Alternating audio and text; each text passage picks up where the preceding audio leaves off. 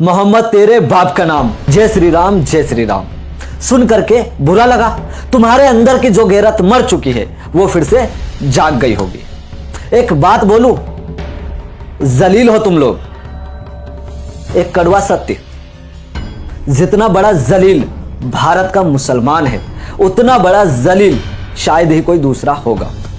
अब कुछ लोग मुझे कमेंट करके बोलेंगे कि किसी ने कुछ भी बोला हो, लेकिन तुमने अपने थंबनेल पर मोहम्मद तेरे बाप का नाम, जय श्री राम जय श्री राम ये क्यों लिखा? कल तक भारत के मुसलमान को मारा गया, काटा गया, लेकिन भारत का मुसलमान इतना बेगैरत है, सब कुछ चुपचाप सहता रहा। दीन इस्लाम को गालियां दी गई, मस्जिदों को शहीद किया गया, लेकिन मुसलमान खामोश रहा। चलो ठीक है, तुम्हारा दीन, तुम्हारा इस्लाम, तुम्हारी मस्जिदें, तुम्हारी मर्जी। दोस्तों, कुछ टाइम पहले एक आतंकी भीड़ ने जंतर मंतर पर आतंक मचाया था। आज फिर से उसी आतंकी भीड़ ने त्रिपुरा में एक बार फिर से आतंक मचाया है। यह वो भीड़ है जो मुस्लिम का खून पीना चाहती है। यह वो भीड़ है जो मुस्लिम महिलाओं का बलात्कार करना चाहती है। यह वो भीड़ है जो मुस्लिम औरतों की कोख से बच्चे को निकाल कर मारना चाहती है, जो जंतर मंतर पे आवाज लगाती है, अल्लाह काटा जाएगा, राम राम चिल्लाएगा।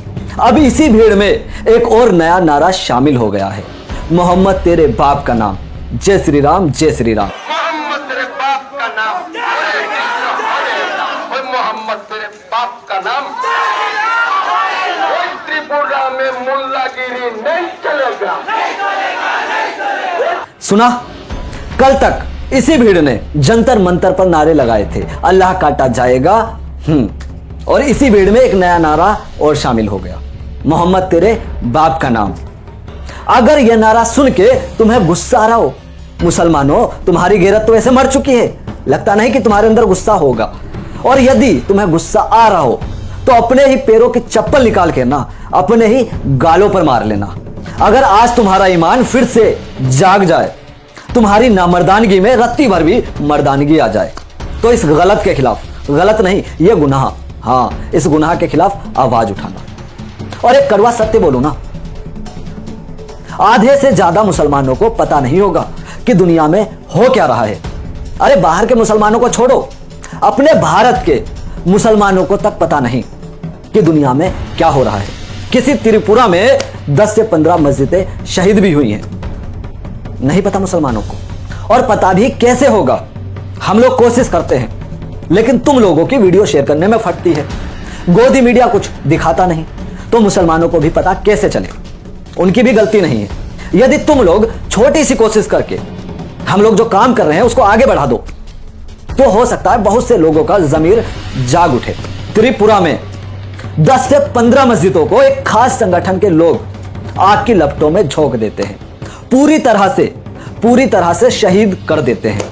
लेकिन हमारे भारत के मुसलमानों में अभी तक इस बात की खबर नहीं है। मुश्किल से मुश्किल 10 से 15% लोगों को इस बात की खबर हुई होगी। अरे तुम लोग कुछ नहीं कर सकते तो कम से कम हमारी आवाज को आगे तो पहुंचा दो। या तुम लोग सिर्फ अपनी गली, अपने मोहल्ले के ही डॉन बन सकते हो।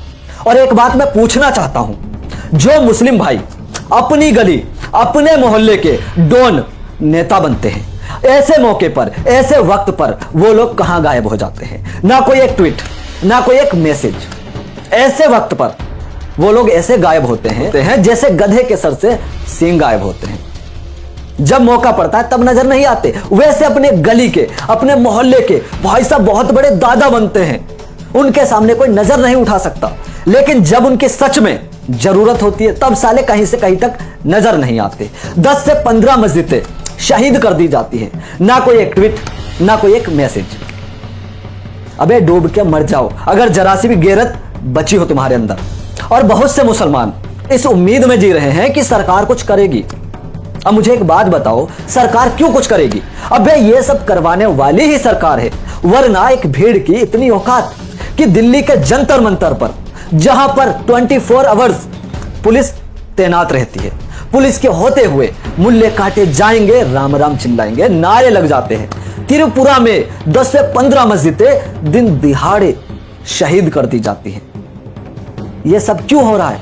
भैया ये सब सरकार के इशारे पे हो रहा है, सरकार की सहमति से हो रहा है। तो किसके सहारे बैठे हो? वो सरकार कुछ करेगी? ये वहम अपने दिल से और दिमाग से जितनी जल्दी हो सके निकाल दो। अगर सरकार ने कुछ करना होता ना तो आज ये नौबत आई ही ना होती, क्योंकि एक भीड़ की इतनी औकात नहीं कि सरकार के खिलाफ चली जाए। अगर सरकार चाहे तो 2 मिनट के अंदर उस भीड़ की मां बहन अलग अलग कर सकती है, लेकिन अफसोस करवाने वाली ही ये सरकार है। वरना एक बात बताओ, एक दरगाह को मध्य प्रदेश में 100 से 150 लोग बॉम्ब से उड़ा के चले जाते हैं। आखिर इतना बड़ा हादसा हो जाता है, लेकिन फिर भी किसी के कान पर ना एक जू नहीं रेंगती।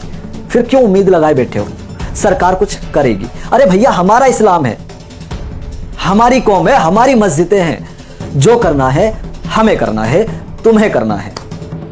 तो इसलिए झूठा दिलासा खुद को मत दो कि सरकार कुछ करेगी। समझ रहे हो? समझ रहे हो ना?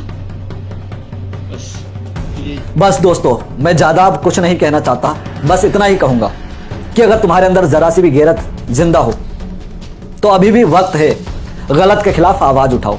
कहीं ऐसा ना हो जब तुम्हें समझ में आए उस वक्त तक बहुत देर हो चुकी हो। उम्मीद करता हूं आप लोग मेरी बात समझ रहे होंगे। यदि कुछ ना कर पाओ तो मेरी आवाज को आगे जरूर पहुंचा देना, क्योंकि अभी हमारे बहुत सारे भाइयों को इस बारे में पता तक नहीं, और जब तक पता नहीं चलेगा तब तक भला कोई कैसे आवाज उठाएगा। बस रिक्वेस्ट है, इस वीडियो को शेयर करके आगे तक जरूर पहुंचाएं।